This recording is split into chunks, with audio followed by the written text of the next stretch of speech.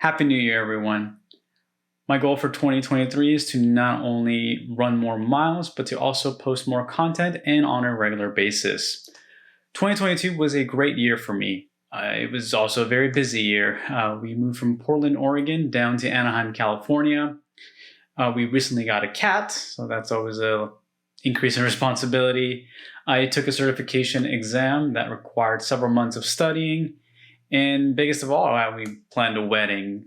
So quite an eventful year that didn't leave much time for running, let alone video editing.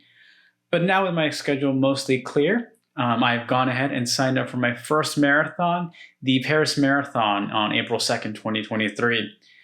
I'm truly excited to get to run in one of my favorite cities, as you can probably tell from the poster back there, and just getting to experience my favorite city in a new light.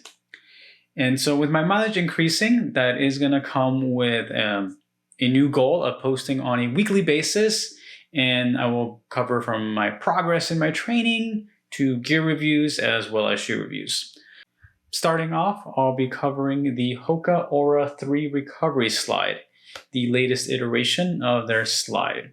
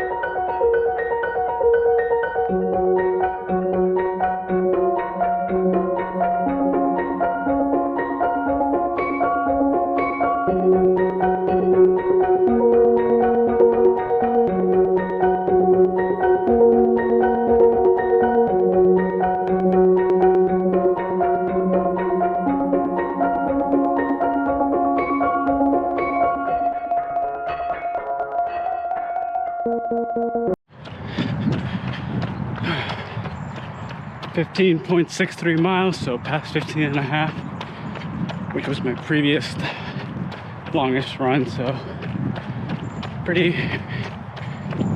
big milestone for me on my way to my first marathon. At 3 hours and 5 minutes. Knees are killing me. Just the idea of going to the full 26.2. Oh god. But mentally I just break it down where, again, I'm going for 18, so just about under 2.5 miles to go. When you think about it that way, it's not as bad, but every time I finish the half marathon, I think, like, I have to do 2 of those. But I think when you think about it as a whole, like climbing Mount Everest, it just seems impossible. But when you break it down into smaller pieces, it seems more manageable in your mind. So, all right, hoping to get done in the next 30 minutes and then get to chill for the rest of the day and enjoy a much deserved lunch. Quick recap of my long run. It was 18.1 miles at 3 hours and 32 minutes. Average pace was 11 minutes and 42 seconds a mile. Average cadence was 172 steps per minute. Average heart rate was 148 beats per minute, and my average power was 164 watts. This is my longest run to date, as both in distance and in time. So according to Hoka, this recovery slide is a update to their slide 2 with new ventilated airflows, and it features the same Eba Midsole often found in across many of their shoes. And this one comes in at 6.9 ounces, this particular one. On the website, it is stated at 7.8.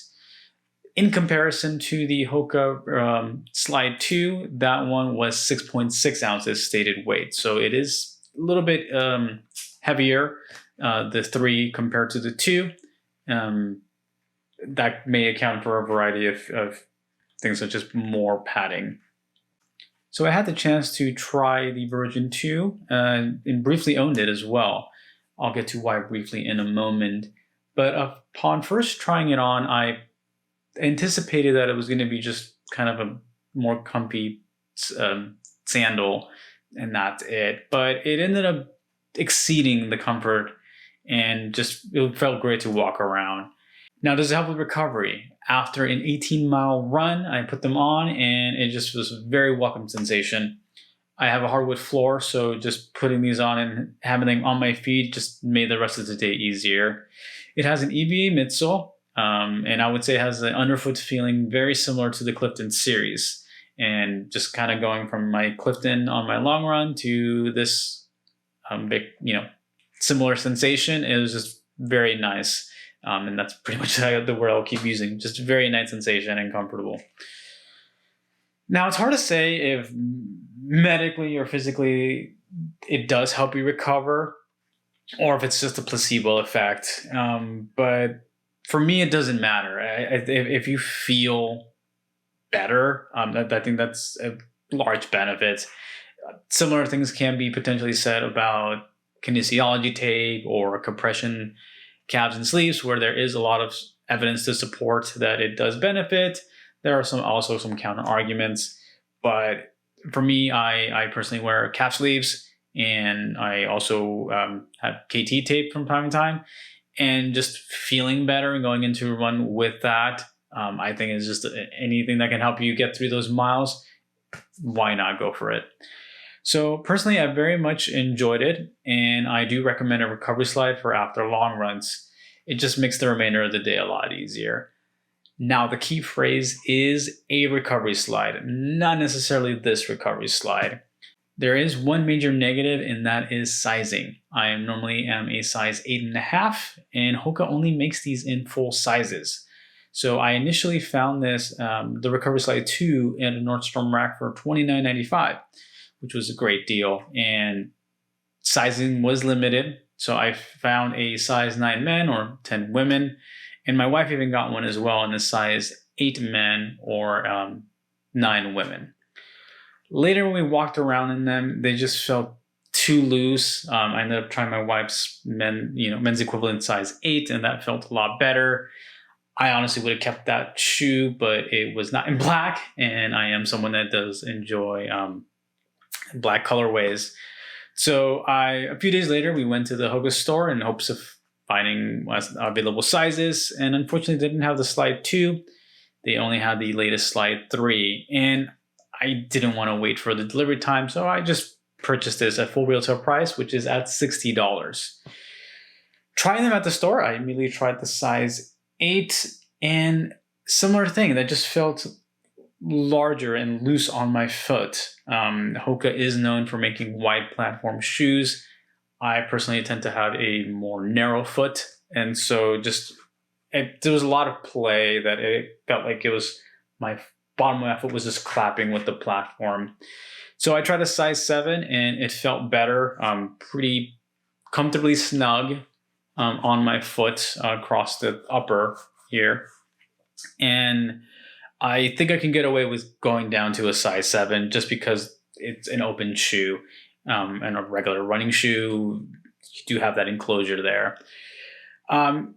Even then, it still kind of feels a little short lengthwise, where the back of my heel kind of rubs ever so slightly, and I'm talking maybe like a centimeter with the back there. The main difference is just going to be kind of this platform here, where on the Aura 3 is very smooth and supposed improved airflow, versus on the Aura 2, it is more grooved, which I think if you're wearing socks kind of doesn't really matter.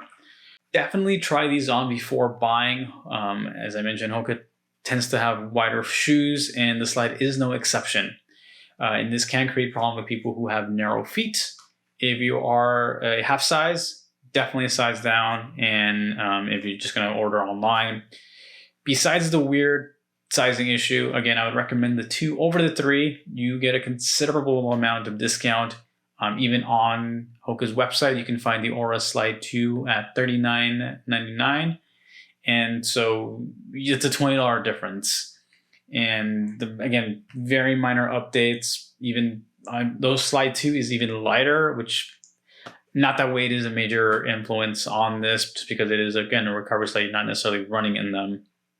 And the Aura 3's improvement is supposed to be improved airflow, but again, it's an open sandal. I cannot imagine overheating being an issue. So just as you're increasing your mileage during a training block, it's just really nice to kind of have this. And even towards the end of my run, where I'm just getting exhausted, one thing I just kept thinking about is not only the food I'm going to eat after this, is I get to walk around in this and just relax and lounge for the rest of the day. Welcome back, and thank you so much for watching. Please like and subscribe to stay tuned for progress of my marathon training, as well as any gear and shoe reviews. Thank you.